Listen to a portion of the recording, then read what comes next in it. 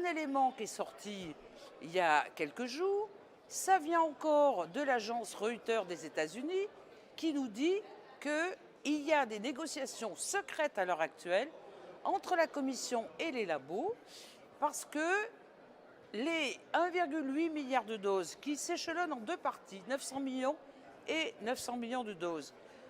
Les 900 millions de doses, elles sont en surplus, mais les premiers 900 millions de doses, il y en a trop. À l'heure actuelle, on n'est plus en urgence sanitaire et les États membres ne veulent plus acheter des doses. Déjà, ils en ont en stock. On ne sait toujours pas d'ailleurs quelle quantité dans chaque État membre.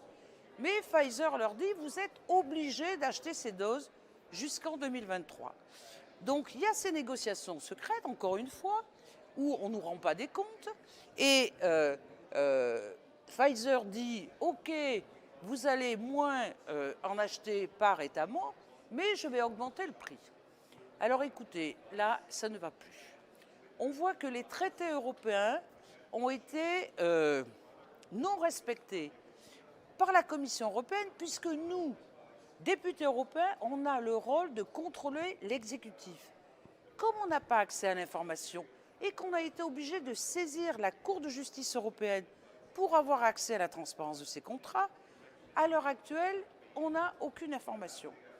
Deuxièmement, on a appris officieusement que dans ces contrats, il y a des clauses comme quoi les États membres sont obligés jusqu'en 2023 d'acheter des doses à Pfizer.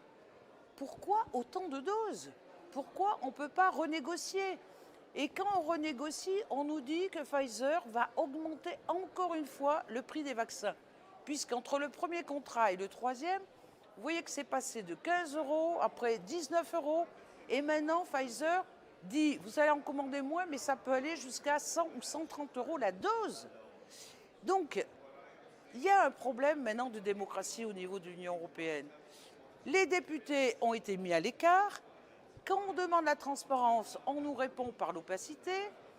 Et en plus, vu qu'on ne peut pas aller au-delà, eh bien, on a d'une part été obligé de saisir le procureur européen pour qu'il y ait une enquête totale et complète sur ce qui s'est passé. C'est quand même des milliards d'euros qui sont en jeu. C'est quand même le tout pouvoir des laboratoires pharmaceutiques. Et si on ne fait rien, eh bien, il y aura une complicité. Et il peut y avoir, si vous voulez, des éléments qui échappent au contrôle donc, des députés européens et à leur rôle de contrôler l'exécutif.